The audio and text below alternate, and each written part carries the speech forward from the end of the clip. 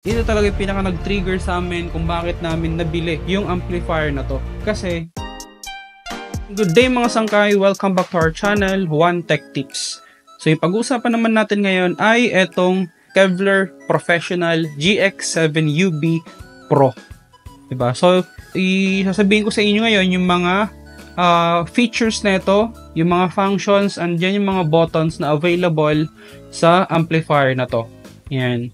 Napakasimple lang na ito, pero solid yung performance. So, kung makikita nyo naman mga sangkay, ito yung pinaka the best dito. Ito talaga yung pinaka nag-trigger sa amin kung bakit namin nabili, okay, or binili yung amplifier na to. Kasi, may may Bluetooth function. Ayan o. So, pwede mong i-pair lahat ng devices na available, or na cellphone man yan or laptop, pwede mong i-pair dito, and then lalabas na yung sound sa speaker, which is napaka convenient. And then isa sa mga feature niya ay itong USB port. So ibig sabihin yan UB, diba? GX7UB. Yung U dyan is USB. So yung B naman is Bluetooth. And yan, may USB port siya para at least kung may mga music mo or yung mga video mo ay available sa via flash drive, then pwede mong insert lang dito yung flash drive, then gagana na. Automatic read na yan, then magpi-play na yung music, or kung music man yung nasa loob ng flash drive mo. Ito pa, may isang function pa siya na the best talaga. Okay? At least ito yung mga hinahanap ng mga nagkakaraoke, nagbi-video okay. Kinaganda niya, may feedback reducer. Kasi pag halimbawa nagkakaroon kayo ng nagkakantahan kayo, di ba, nagkakaroon ng feedback. So, pwede mong i-turn on lang to. Yan o. Turn on mo lang yan. Then, automatic na magkakaroon ng, marireduce na yung feedback dun sa microphone natin. And then, meron din siyang function ng mic priority. Yan o. So, ipaprioritize niya pag naka-on yan yung microphone mo compared dun sa ibang function or ibang feature niya. So, pagka parati suwabe, di ba, yung lumalabas na sound. Pagka halimbawa kakantahan tayo, walang nagiging problema. Di ba? So, napakaganda. So, tapos may dalawang din siya, pwedeng pagsalpakan or pag-insertan ng microphone. So, yung may isa din sa likod, bali tatlo lahat yan. May isa ding port, microphone port dun sa likod, yung microphone 3. So, pag tatlo kayo nagkakantahan, pwede yan dyan. 3. Sabay-sabay, tatlo kayo nagkakantahan, then enjoy lang yung moment nyo. Diba? So, may echo, may mic volume. Ito yung mic volume natin. Tapos, meron din ditong bass. Ayan, bass. So, the best yan. May mid, may treble, and may balance. Diba? Ito yung balance. Ito yung pinaka main volume. Okay? Tapos yung loudness naman, pwede mo rin makontrol. May loudness control din siya. Ayan o. Grabe no? Daming feature ng amplifier na to. Yan yung mga adjustment knob na available sa amplifier na to. Kevlar GX7UB Professional. Yan o. Medyo may presyo, pero at least sulit na based na sa mga features na binibigay ng amplifier na to. Okay, mga available features. Kontento ka talaga.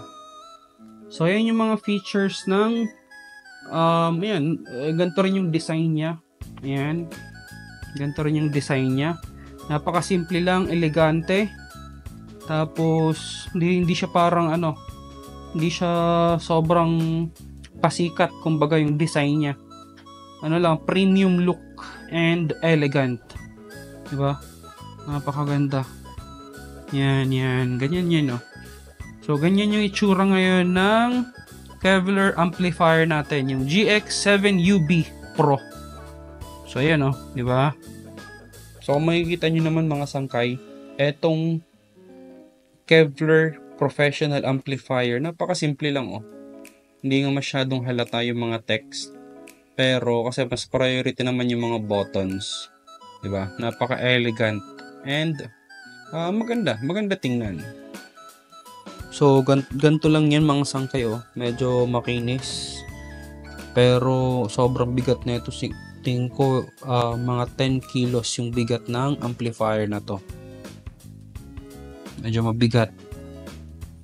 Siyempre, solid and quality yung sound na mapoproduce, ma-amplify niya. Diba? Okay, so ngayon naman mga sangkay, i-check natin ngayon yung mode or yung mga functions, different functions ng Kevlar. Okay, so actually may 4 na functions to. Yes, may 4 na functions. We have input source A. Okay, tapos meron ding B, C, and ito yung Bluetooth. So, unpaired. May LCD display na rin yung amplifier na to para at least mabilis mo makita yung mode na gusto mong iselect sa amplifier na to. Yan, so check nyo ito mga sangkay. Ayun, diba? So, makikita mo may ABC na pwede mong pwede mong pagsalpakan ngayon ng audio and video. So, may mic din siya, may sub, then may FM antenna. So, itago nyo lang yung FM antenna kasi baka matapon nyo. Sa amin kasi natapon namin, so hindi namin nagamit. So, okay na gano'n. Tingnan nyo yung mga sangkay, oh. May pang mic 3. So, di ba? Pwede kang magsalpak dito ng mic 3 input. Di ba? Same lang yan. Yung volume control niya, yun pa din. Same nung mic 1, mic 2, and mic 3. So, power output niya, 800 watts. Ayan, 800 watts times 2. So, ito, kung gagamitin mo to, yung lahat ng to, pwede kang maglagay dito ng 4 na speaker na tig 400 watts. Yan, diba? So, comment down below lang kung tamang information na sinasabi ko. Pero based dun sa pagka-analyze ko nito, nakikita nyo naman 800 watts.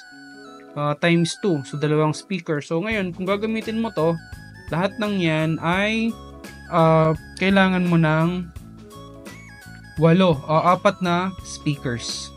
Kaso hindi mo na ma-maximize yung 800 watts. Good for 400 watts. So ayan, di ba? So yung model nito ay Kevlar Professional High Power Video Amplifier GX7 USB Bluetooth Pro.